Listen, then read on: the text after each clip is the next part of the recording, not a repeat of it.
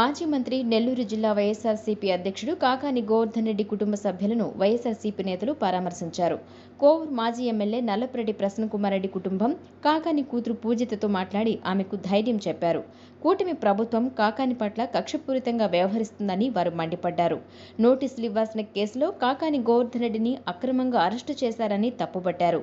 TDP ఎమ్మెల్యేలు దోచుకోవడం, దాచుకోవడం, పంచుకోవడం అన్నట్లు వ్యవహరిస్తున్నారని ఆక్షేపించారు.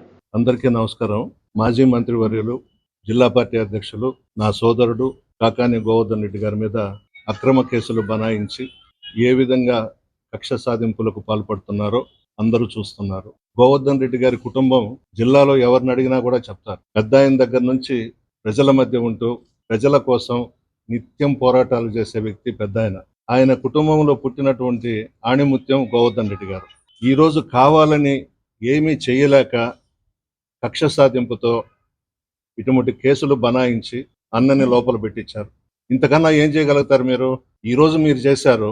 ఎప్పుడు ఎలక్షన్స్ పెట్టినా మా ప్రభుత్వం అధికారంలోకి వస్తుంది. ఇంత ఎక్కువగా మేము కూడా చేసి చూపిస్తాం కదా, మేము వదిలిపెట్టాం కదా. మీరెంతసేపు ఉదయం లేస్తే రెడ్ బుక్ అంటున్నారు. అందులో ఏముంది? నిజాయితీగా ఉండే వాళ్ళందరినీ కూడా కక్ష సాధింపుగా అందరి మీద అక్రమంగా కేసులు పెట్టి ఈ విధంగా కక్ష సాధింపులకు పూనుకుంటున్నారు. ఇంతకన్నా మీరేమీ చేయలేరు. మేము మీరు చేసేదానికన్నా డబుల్గా చేయగలుగుతాం. రేపు అధికారంలోకి వచ్చిన తర్వాత ఎవరిని వదిలిపెట్టాం. చంద్రమోహన్ రెడ్డి గారు మిమ్మల్ని కూడా వదిలిపెట్టాం. నువ్వేదో అనుకుంటున్నావేమో.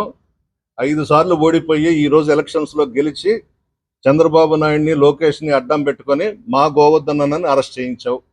అదే కదా నువ్వు చేసింది. ఈ సంవత్సరం రోజుల్లో నువ్వు నీ కుమారుడు ఎన్ని చేశారు సర్వేపల్లి నియోజకవర్గంలో అక్రమాలు? అంతకుముందు నువ్వు ఎమ్మెల్యేగా ఉన్నప్పుడు, మంత్రిగా ఉన్నప్పుడు నువ్వు అక్రమాలు చేయలేదా? ఎన్ని చేశావో నెల్లూరు జిల్లా ప్రజలందరికీ తెలుసు. అందుకే నిన్ను 5 సార్లు ఓడించారు సర్వేపల్లి నియోజకవర్గంలో. సిగ్గు లేకుండా ఇటువంటి అక్రమంగా కేసులు పెట్టించి అరెస్ట్ చేయించడం అనేది కరెక్ట్ కాదు. నిన్ను కూడా వదిలిపెట్టం. రేపు మా గవర్నమెంట్ వచ్చిన తర్వాత ఇంతకు ఇంత నువ్వు అనుభవించే విధంగా చేస్తాం.